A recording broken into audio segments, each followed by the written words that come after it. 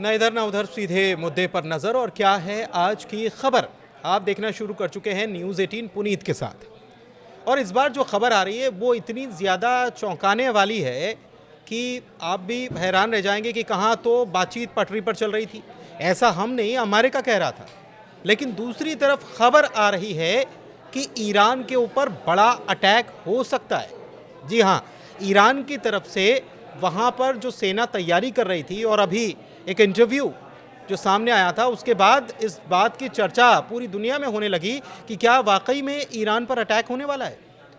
खबर आ रही कि इजराइल ईरान पर अटैक कर सकता है, लेकिन बातचीत तो अमेरिका और ईरान के बीच पटरी पर चल रही थी, ये ट्रंप कह रहे थे।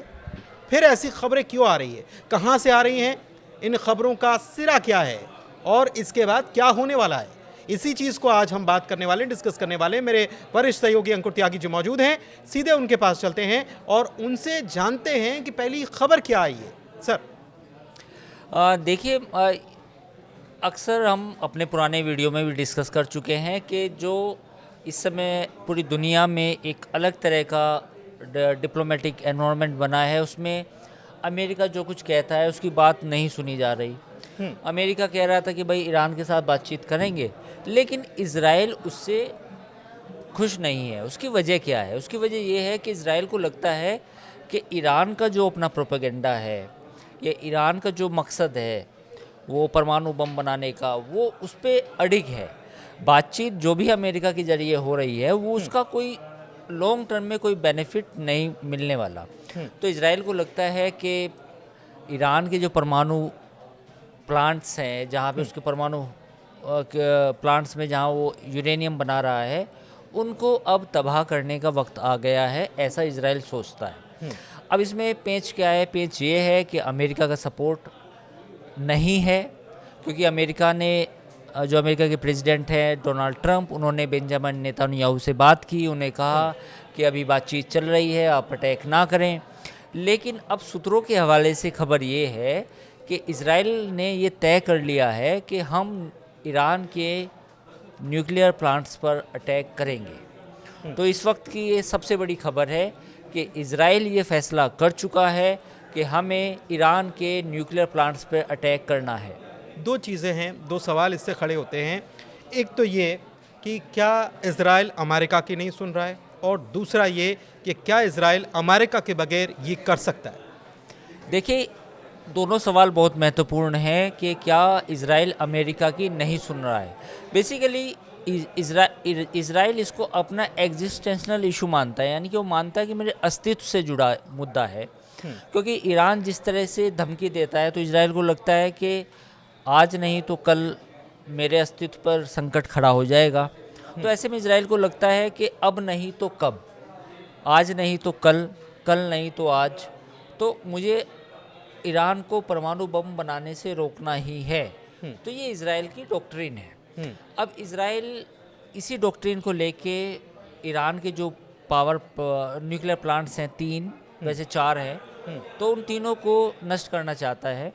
सबसे बड़ी समस्या क्या है इज़राइल के सामने, जो आपने दूसरा सवाल पूछा कि क्या वो उन पर अटैक कर सकता है, क्योंकि ईरान के जो न्यूक्लियर प्लांट्स हैं वो बेहद फोर्टिफाइड है। फोर्टिफाइड से मेरा मतलब ये है कि वो पहाड़ों के नीचे, ज़मीन के अंदर इतने गहरे बनाए गए हैं कि उन पे बम डालने के लिए भी आपको, या जो भी आप तकनीक इस्तेमाल करेंगे, हैवी बम चाहिए। तो वो बम डालने की कैपेसिटी क्या इज़राइल के पास है? ये एक बड़ा सवाल है। दूसरा, इज़राइल और ईरान के बीच में जो डिस्टेंस है वो काफ़ी बड़ी है। तो इतने बड़े स्टील्थ बॉम्बर्स को भेजना ईरान, रिफ्यूलिंग का, तो एक रिफ्यूलिंग का सबसे बड़ा इशू है। तो ये दो बड़े ऐसे मुद्दे ज़रूर हैं जो इज़राइल के सामने हैं। लेकिन अब देखना होगा कि अगर इजराइल ये मन बना चुका है तो इन दोनों सवालों का जवाब भी उसने ढूंढा होगा। उसने ये भी सोचा होगा, या वो तकनीक विकसित की होगी, या कुछ ऐसे प्लेन्स होंगे, या कुछ नई स्ट्रेटजी बनाई होगी कि अगर मुझे अकेले अटैक करना पड़ा बगैर अमेरिका के तो वो कैसे होगा। तो मुझे लगता है कि ये इजराइल सोच रहा होगा कि अब तो उसके पास हो भी नहीं। इसमें दो चीज़ें फिर निकल कर सामने आती हैं। एक तो ये कि इजराइल ईरान पर ज़्यादा भरोसा कर रहा है, अमेरिका पर नहीं। मेरे कहने का मतलब ये है कि ईरान ये कह रहा है कि हम एनरिचमेंट नहीं रोकेंगे, अमेरिका ये कह रहा है कि बातचीत पटरी पर चल रही है, और इजराइल को अमेरिका की बात पर यकीन न होते हुए ईरान की बात पर, दुश्मन की बात पर ज़्यादा यकीन हो रहा है। एक बात। दूसरी बात कि अगर ये अटैक होता भी है तो इसके बाद क्या इजराइल इसके लिए जवाबी कार्रवाई सहने के लिए तैयार होगा देखिए बगैर अमेरिका के? इसमें दो तीन चीज़ें हैं। जो आपने पहले सवाल पूछा कि भाई अमेरिका की नहीं सुन रहा है, तो यकीनन अगर पिछले 3-4 महीनों को देखें तो अमेरिका और इजराइल के जो ताल्लुकात हैं उसमें कहीं ना कहीं दूरियां आई हैं। दूरियां इस चीज़ को भी लेके भी आई हैं कि जो ह्यूमैनिटेरियन क्राइसिस है वहाँ पे, जो संकट नया पैदा हुआ है गाज़ा में, तो गाज़ा में जो प्रॉब्लम्स है अमेरिका चाहता है कि वो कहीं ना कहीं डील उसको किया जाए थोड़े संवेदनशीलता से। लेकिन इजराइल बेसिकली, इजराइल का टारगेट है बंधक छुड़ाने पे, तो उसमें कई निर्दोष लोग भी मारे जा रहे हैं। तो वो पूरी दुनिया में जो क्रिटिसिज्म हो रहा है तो उसको लेके अमेरिका चिंतित है। दूसरा, अमेरिका ईरान के साथ बातचीत करके सॉल्यूशन चाहता है और इजराइल कहता है कि बातचीत से कुछ नहीं होगा। तो ये कहीं ना कहीं जो डिफरेंस ऑफ ओपिनियन है या कोई भी समस्या को सोल्व करने की जो अप्रोच है वो दोनों की मुख्तलिफ नज़र आ रही है, दोनों की बिल्कुल अलग आ रही है। तो ऐसे हालात में जब दोनों के बीच में इस तरह का सोच में अंतर हो तो इसमें अब ये तय माना जा रहा है कि कहीं ना कहीं ये दो फाड़ हो जाएगा। दो फाड़ इन द सेंस कि अमेरिका कुछ और कहेगा, इजराइल कुछ और करेगा, तो हो सकता है इसी बीच में इजराइल ईरान पर अटैक कर दे। अच्छा, इस चीज़ के बीच में मैं आपसे ये समझना चाह रहा हूँ कि जब इस तरीके की चीज़ें या इस तरीके की प्लानिंग होती है तो खुलकर कुछ चीज़ें बताई नहीं जाती, लेकिन यहाँ पर तो खुलकर चीज़ें नज़र आ रही हैं। तो क्या ऐसा तो नहीं कि अमेरिका ईरान से बातचीत कर रहा है लेकिन अंदर ही अंदर इजराइल को भी बैकिंग कर रहा है कि ठीक है, गो एट, ऐसा तो नहीं है? बिल्कुल दोनों चीज़ें हो सकती हैं। ये बिल्कुल सही है कि एक तरफ ये पोस्चरिंग भी हो सकती है अमेरिका की, लेकिन डोनाल्ड ट्रंप को लेके चूँकि अनप्रेडिक्टेबिलिटी ज़्यादा है, अगर कोई डोनाल्ड ट्रंप के बगैर कोई और दूसरी सरकार होती, दूसरे प्रेसिडेंट होते मेरा मतलब, तो फिर हम मान सकते थे। लेकिन डोनाल्ड ट्रंप ऐसा करेंगे वो अजीब सा लगता है, क्योंकि डोनाल्ड ट्रंप तो शांति दूत बनना चाहते हैं। कुछ अजीब अजीब, हाँ। तो मुझे लगता है कि आपकी बात में दम है, लेकिन मुझे ऐसा लगता नहीं कि एक गेम होगा कि अमेरिका को कहा जाएगा भाई आप गुड़ी गुड़ी बातें करो, पीछे से हम अटैक कर देंगे। नहीं, लेकिन एक खबर आई कि CIA के पास ये जानकारी थी कि इजराइल ऐसी प्लानिंग कर रहा है, और ये जानकारी ईरान के पास भी, तभी तो ईरान की तरफ से ये ईरान ने खुलम खुला कहा है। नहीं, अब तो इजरायली मीडिया में खुल के आ गया है कि इजराइल ईरान पर हमले की तैयारी कर रहा है, वो खुल के आ गया। नहीं, वो अब CIA ने पहले बोला, लेकिन अब तो खुल के आ गया कि भाई हाँ वो अटैक करने वाले। तो वो खुल के आ गया और यही बात ईरान तक भी पहुंच गई खुफिया एजेंसी के जरिए, जो भी ईरान ने जैसे भी इसको डिकोड किया। ईरान कह रहा है कि ऑपरेशन ट्रू प्रॉमिस, जिसका वो वादा करके रखा हुआ है, 2 बार चला चुका है, तीसरी बार, तो उसके लिए हम तैयार हैं। ऑपरेशन ट्रू प्रॉमिस 3, इसके लिए हम तैयार हैं, ये ईरान कह रहा है। ठीक है, ईरान तो जवाब देगा, इसमें कोई दो राय है नहीं कि अगर इजराइल ईरान पर अटैक करता है तो ईरान भी जवाब देगा। तो ईरान क्या जवाब दे सकता है? ईरान मिसाइल तो पहल कर सकता है? नहीं, पहल तो नहीं होगी। पहल तो अगर होगी इस कॉन्फ्लिक्ट में, ये तो हम पुराने वीडियो में भी समझा चुके हैं अपने दर्शकों को कि जब भी ये अटैक होगा तो ये इजराइल की तरफ से होगा, ये इजराइल की तरफ से ही होगा। और मैंने ये भी कहा था कि मई के लास्ट में या जून में, बिल्कुल, ये आपने कहा था कि मई और जून क्रूशियल है। मई और जून इज क्रूशियल, और इस दौरान ये अटैक दोनों देशों के बीच में, दोनों मुल्कों के बीच में लड़ाई जंग हो सकती है।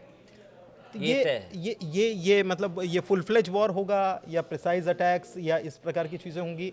और इसमें अगर जो अभी प्रेजेंट सिचुएशन है तो इसमें अमेरिका को इजराइल ज़बरदस्ती घसीट रहा है या उसको आना होगा?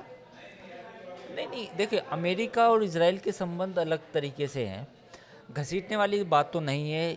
अमेरिका इजराइल का बहुत सालों से समर्थन करता रहा है, समर्थन तो और आपको लड़ना तो पड़ेगा। इवन डोनाल्ड ट्रंप करते रहे हैं, क्योंकि जब यरूशलेम जो राजधानी है इजराइल की, जो नई राजधानी है, उसको सबसे पहले अमेरिका ने मान्यता दी थी।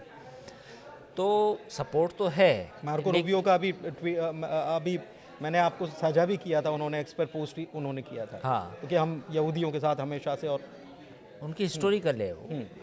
और अमेरिका में काफ़ी बिलियनर यहूदी रहते भी हैं, जिनके बड़े बड़े बिजनेसेस हैं, कॉरपोरेशंस हैं। अमेरिका के जो डीप स्टेट है उसमें भी यहूदियों का प्रभावित करते एक वो हैं। प्रभावित करते हैं।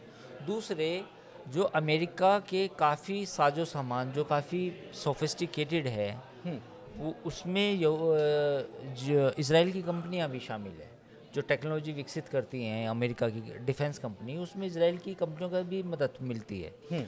तो जो भी नई चीज़ डेवलप की जाती है अमेरिका की तरफ से, उसमें कहीं ना कहीं पता अगर हम जांच करें तो उसमें इजरायली कंपनी निकलती है। तो वो जो टाइज़ हैं, जो आपस में उनका जो सहयोग है वो काफ़ी डीप है। तो उसको ऐसे मान लेना कि ट्रम्प और उसके बीच में, बेंजामिन नेतान्याहू के बीच में अगर बात नहीं बनी इस चीज़ को लेके तो कुछ बड़ी चीज़ हो जाएगी, ऐसा तो नहीं है। पर हाँ, डिफरेंस ऑफ ओपिनियन है। ट्रम्प एक दो बयान दे दें, पर अगर इजराइल वो कैपेसिटी हासिल करता है कि डीप पेनिट्रेशन करे, देखिए मैं अभी भी ये बात कह रहा हूँ कि अटैक करना आसान है। आप 4 बम डाल के आ जाएं, 10 बम डाल के आ जाएं, 25 बम डाल के आ जाएं, बट अगर आप ईरान के अंडरग्राउंड न्यूक्लियर प्लांट्स में अंदर डीप पेनिट्रेशन करें और उन्हें तबाह और बर्बाद करें, तो पूरी दुनिया के लिए एक अजूबा भी होगा। क्योंकि दुनिया में पहली बार किसी भी न्यूक्लियर साइट पे अटैक किया जाएगा और उसके बाद उसका क्या असर होगा उस जगह पे भी, आसपास भी, क्योंकि वो जो बॉम्ब्स हैं वो डेटोनेट होंगे, या जो भी वहाँ पे रेडियो एक्टिव मटेरियल होगा वो भी कहीं ना कहीं कुछ, उसमें भी कुछ प्रतिक्रिया हो सकती है। तो वो भी पूरी दुनिया के लिए देखना होगा कि वो कैसे होगा। क्योंकि देखिए, अब ये जो लड़ाई है पूरी दुनिया में, भारत पाकिस्तान की जो जंग हुई 3 दिन की, उसमें ये खबरें आई कि किराना हिल थी वहाँ पे, इंडिया ने उसमें अटैक किया, मिसाइल दागी। तो जब वो मिसाइल दागी गई तो वो अंदर न्यूक्लियर प्लांट्स में गई, अगर मैं सच मान लेता हूँ उस बात को, तो अंदर जाने के बाद तब वो क्या करती है, क्या वो पूरी तरह नष्ट हो जाती है, क्या उससे रेडियो एक्टिव लीकेज होता है, ये भी पूरी दुनिया के लिए किस लेवल का लीकेज होता है, किस लेवल का होता है, आसपास कितने एरिया तक होता है, तो ये पूरा स्टडी के लिए मटेरियल होगा। तो अगर इजराइल ईरान पर इस तरह का कोई भी अटैक करता है तो वो देखना ये भी होगा कि भविष्य में बहुत सारे देश ऐसा करना चाहेंगे कि हम दूसरे की न्यूक्लियर साइट पे अटैक करें, तो उसके बाद क्या होता है। अच्छा, कुछ चीज़ें हो सकता है कि ये अतिशयोक्ति हो, लेकिन कुछ चीज़ें जैसे पाकिस्तान में हाल के दिनों में बड़े भूकंप आ रहे हैं, इसको कोई किराना हिल से जोड़कर देख सकता है। और वैसे हम जानते हैं कि ईरान की सीमा पाकिस्तान से लगती है, तो उसका भी असर वहाँ हो सकता है। लेकिन मैं एक चीज़ आपसे ये समझना चाह रहा हूँ कि ये सब जो परिस्थितियाँ बनेंगी, इसके बाद क्या इसका दायरा जो है ये बढ़ने वाला है? मतलब मेरा मतलब कि दूसरे मुल्कों से, मतलब जो रेडियो एक्टिव, नहीं रेडियो एक्टिव नहीं, मैं पूछ रहा हूँ कि इस वॉर जैसी सिचुएशन में अगर ऐसा होता है तो इसका दायरा बढ़ेगा? नहीं, दायरा तो नहीं बढ़ेगा, ये तो केवल प्रिसाइज स्ट्राइक होगी। लेकिन ईरान तो कह रहा है ना, ईरान कह रहा है कि यूएस के जो सहयोगी जो ठिकाने हैं वो टारगेट पे हैं। नहीं, मुझे लगता नहीं है, क्योंकि वो ऐसी हिमाकत करेगा, कुछ 2-4 मिसाइलें छोड़ेगा जो इंटरसेप्ट कर ली जाएगी, उसका बड़ा इम्प्लीकेशन नहीं होगा। इसका इम्प्लीकेशन क्या हो सकता है? इसका इम्प्लीकेशन ये हो सकता है कि देखना होगा कि गल्फ स्टेट कैसे रिएक्ट करते हैं। अच्छा। अभी जो बयान आया है उनका, इजराइल के हमले की चेतावनी के बाद, या जो मीडिया में रिपोर्ट्स चल रही हैं कि कोई भी पॉसिबल अटैक अगर ईरान पे होता है तो जो गल्फ काउंसिल है वो उसका विरोध करेगी। पर पॉइंट ये है कि वो अमेरिका से सीधा पंगा लेगा ईरान, ऐसा नहीं है। और अगर 2-4 मिसाइलें छोड़ी भी गई तो वो इंटरसेप्ट कर ली जाएंगी, उसमें कोई दिक्कत नहीं है। पॉइंट ये है कि मैंने जो बात कही, सबसे बड़ा सवाल आज भी ये है, आप इस वीडियो को मुझे लगता है कि हमारे दर्शक इसे ध्यान से सुने, दुनिया में पहली बार कोई एक कंट्री किसी कंट्री की न्यूक्लियर साइट पे अटैक करेगा, और वो जो स्ट्राइक होगी उसका असर क्या होगा पूरे इलाके पे या उस इलाके पे, वो देखने वाली बात है। IAEA जो इसकी पूरी निगरानी करता है, उसकी जिम्मेदारी है कि ऐसी साइट्स भी जो हैं, अगर हैं तो वो पूरी तरह से सुरक्षित रहें, ये उसकी जिम्मेदारी। तो ये जो निगरानी वो कर रहा है, उसकी जिम्मेदारी नहीं बनेगी कि वो ऐसा करने से रोके? नहीं नहीं, वो तो बाद की बात है। देखिए, हमले के बाद IAEA, बाकी एजेंसीज आएंगी, वो रेडियो एक्टिव जो लीकेज होगा उसको चेक करेंगी, उसकी डेंसिटी बताएंगी, उनकी मापेंगी, जो भी बताएंगी, वो एक बाद का प्रोसेस है। फिलहाल तो सबसे बड़ी बात ये है कि न्यूक्लियर प्लांट्स पे अटैक होना,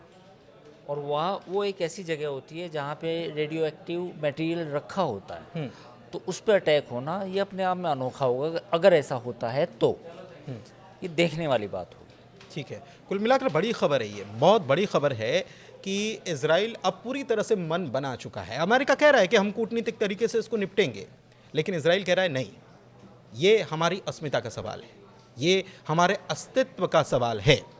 और इस अस्तित्व के सवाल को उठाते हुए भले ही ट्रंप समझा रहे हैं नेतन्याहू को, नेतन्याहू मानने के लिए तैयार नहीं है। उधर गाज़ा में तो जो ऑपरेशन चल रहा है वो चल ही रहा है। हालांकि ट्रंप ने समझाया है कि इस मामले को शांति से हल करना चाहिए, लेकिन ऐसा होता नजर नहीं आ रहा है।